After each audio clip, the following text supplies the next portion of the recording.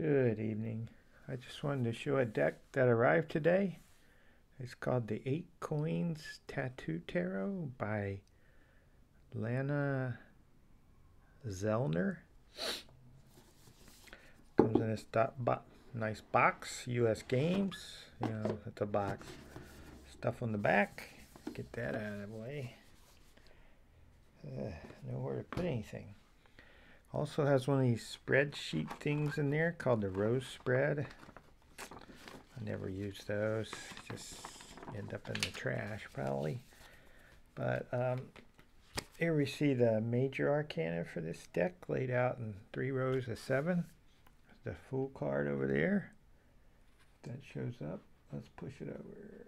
That's better. Crooked. Kind of crooked. That's better. There are some extra cards. I'll show them in a minute. It comes with a super chunky book. It's got that feel and smell.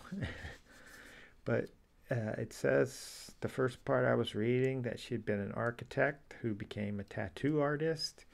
Apparently she has tattoos. It says she's solitary Wiccan.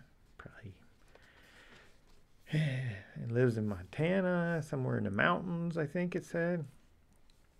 So I saw another video where someone flipped through these, and that got me to buy it.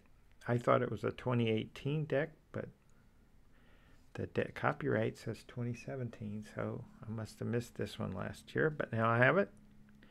I wanted to share this part where she talks about spit shading technique a little bit and how she did the cards. And you might notice when I pick one up that each card has a number, like drawing number. And she did not do them in the order that I'm going to show them. There's an order that she drew them in, which is kind of interesting. Let's see. She says the first 20 cards in the deck were completed with colored pencil and marker on a variety of paper types and sizes. All the cards after that and the first 4, which were recreated for this version of the deck, were completed with Dr. P.H. Martin's Radiant Watercolors on Arches 140-pound watercolor paper, 8-inch by 14-inch. I didn't even know Dr. Martin had watercolors. I have some of the inks and other things, acrylic. I don't know. I thought that was interesting. Then she says, for these cards, I was using the traditional tattoo watercolor painting style of spit shading.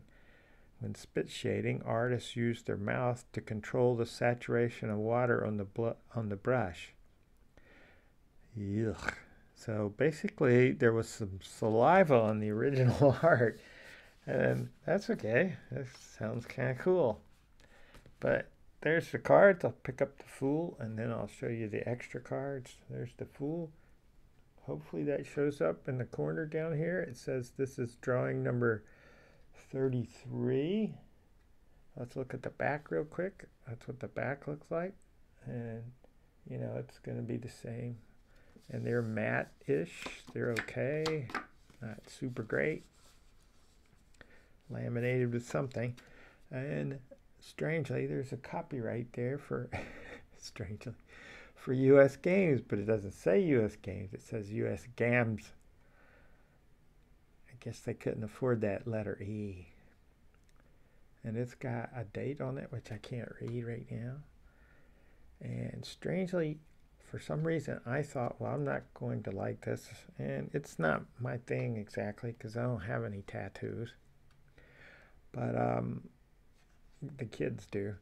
But I thought everybody in here is going to be tattooed like that. But I don't think that was the point of it.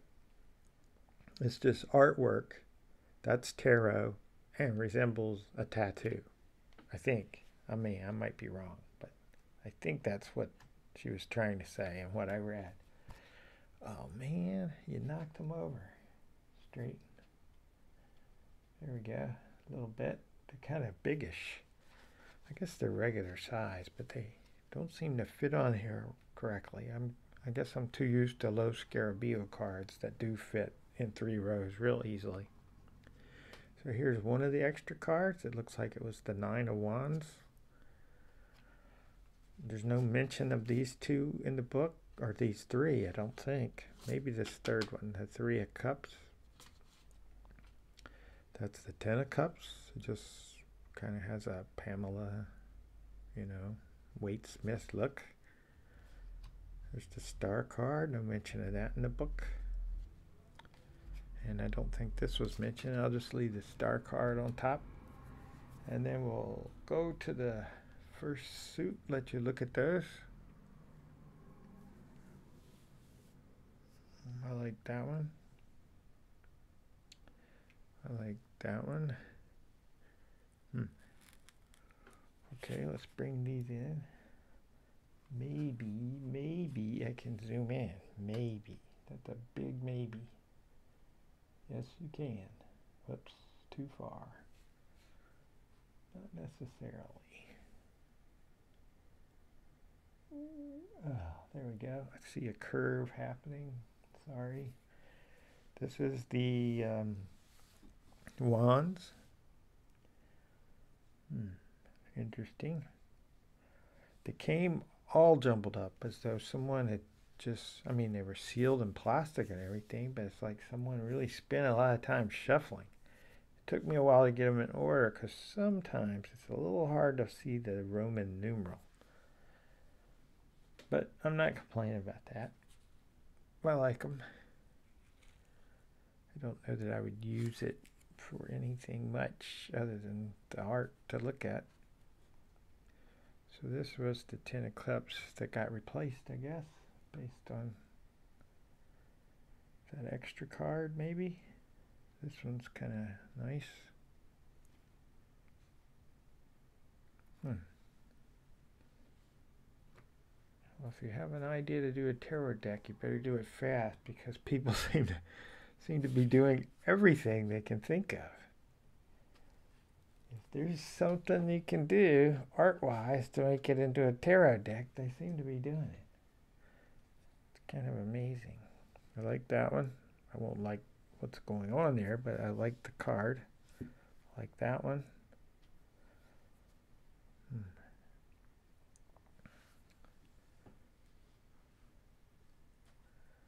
And that was swords. Did I say what the others were? I think so. Cups. Oh, I didn't make my cup comment. Oh, here's my cup comment. Here we are at the cups again. But out of all the cups, I had a hard time placing this in the cups because those three cups are very different from all the other cups in that suit for some reason.